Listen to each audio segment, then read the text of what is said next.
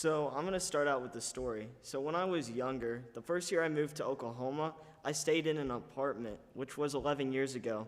There was a risk of tornadoes coming one night, so my family and I had to go downtown to a storm shelter area.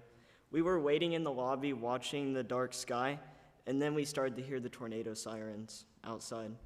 This was a very scary experience because I did not know what was going to happen next, but I knew I had my family with me, so I didn't need to be scared. Once the storm had passed, we went home and luckily never had to experience anything like it since. In the same way, we face uncertain times in our own lives, and the storms we face can be scary. The storms will eventually pass, but we cannot hide from them. Jesus warns his own disciples about the struggles they will face in the world and tells them to not be afraid. John 16:33, I have told you these things, so that in me you may have peace. In this world you will have trouble, but take heart, I have overcome the world. What can we as Christians take away from this verse? First, in the world we must be prepared to face trouble. 1 Peter 4:12 says, Beloved, do not be surprised at the fiery trial when it comes upon you to test you, as though something strange were happening to you. James 1:12, Blessed is the man who remains steadfast under trial. For when he has stood the test, he will receive the crown of life, which God has promised to those who love him. So what are these types of trials we will face in the world? Physical trouble. This could be health or anything other people can see us struggling with. Emotional trouble. This could be grief and stress.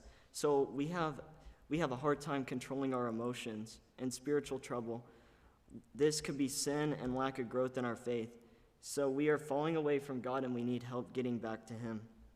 Our hope is that the trials and tribulations are temporary, resulting in a greater reward in the end. We must be prepared to seek help from God in prayer to overcome suffering.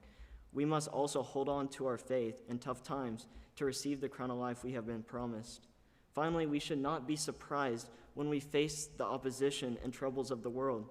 Jesus had to go through these same troubles, so why would it be any different for us? Second, in Jesus, we can find peace.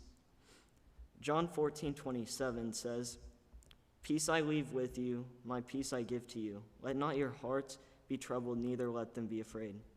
Philippians 4:7, And the peace of God, which surpasses all understanding, will guard your hearts and your minds in Christ Jesus. So what are these kinds of peace Jesus gives us today?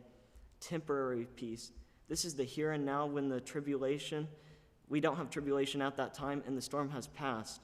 Eventually we will lose this peace until we overcome the next trial.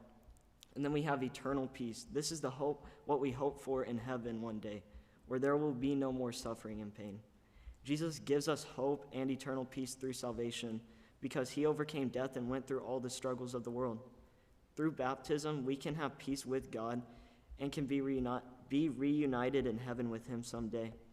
When we are struggling with something in our lives, we look to the help of the world or others. We should be looking to Jesus for that help to overcome trials and find temporary peace. Peace comes from being in the presence of God, and reading his word gives us encouragement to endure the pain. Jesus is also the best resource because he was tempted in every way without sinning. Paul knew the importance of looking to Jesus and knew that he would be protected from the evil in the world. Jesus guards our hearts and our minds, allowing us to experience peace amidst tribulation. Will we be able to fight the good fight and finish the race as Paul did? He suffered as much, if not more, than we do today. Paul was put in jail, was persecuted, and lost many friends. This should give us confidence. If Paul could remain faithful, we can do the same with Jesus by our side. We do not have to fear anymore being alone in the storm, like I was when I dealt with a tornado coming. Jesus will walk with us and keep us safe, knowing that we are his friends because he laid down his life for us. His disciples did not know what was going to happen next with Jesus dying on the cross and being persecuted for their faith. But the one thing they did learn was to be brave and not let their faith be shaken because they knew the storm would be calm again. They witnessed Jesus calm an actual storm while they were on the boat. In the same way, he could do the same for our lives when we experience troubles of the world. So we're going to go back to John 16:33. This is Jesus' warning to the disciples. I have told you these things so that in me you may have peace. In this world you will have trouble, but take heart. I have overcome the world. This verse does an excellent job warning us as Christians that we are not safe from the world and we will face various trials. It is like meteorologists warning us of the bad storms to come.